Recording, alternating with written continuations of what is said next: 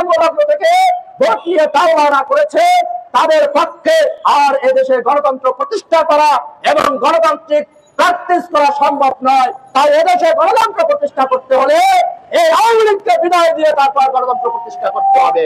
সংগ্রামী সহযোদ্ধা বন্ধুগণ, আমরা দীর্ঘদিন যাবত করে আসছি, এই আওয়ামী লীগ তারা এদেশের জনগণের সরকার নয়, তারা এদেশের লুটেরাদের সরকার, তারা দেশের অর্থ পাচারকারীদের সরকার।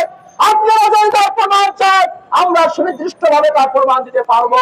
আমরা দেখেছি এই দেশে চালের ভাড়া মৌসুমে চালের মূল্য বৃদ্ধি করে সাথে সাথে কোটি টাকা লুটপাট করা হয়েছে।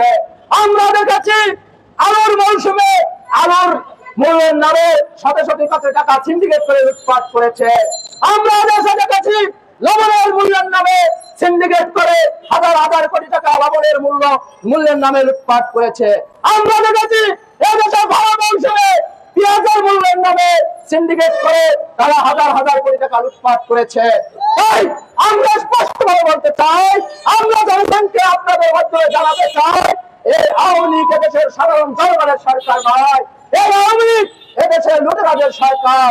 সংগ্রামী সহযোদ্ধা বন্ধুগণ, এছাড়াও আমাদের কাছে একাধিক তথ্য এবং উপত্য আছে কিভাবে তারা লুটেরাদের সরকার হলো।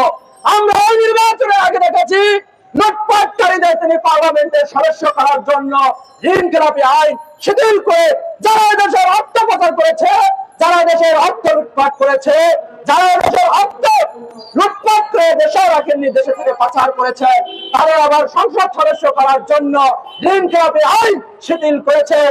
আর সেই শিথিল করার মাধ্যমে অনেক ঋণখেলাপি নির্বাচনে অংশগ্রহণ করে তারা পার্লামেন্টের মেম্বার হয়েছে। সংগ্রামী সহযোদ্ধা বন্ধুগণ, তাই সকলকে আহ্বান জানাবো, এই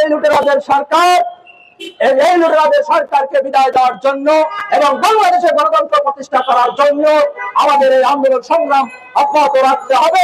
সেই আন্দোলন সংগ্রামে আপনারা কাঁধে কাঁধ মিলিয়ে আন্দোলন সংগ্রাম করবেন। আর এই লুটেরাদের যতদিনে আমরা সরকার থেকে বিদায় করতে না পারবো, ততদিন আমরা রাজপথে থাকবো।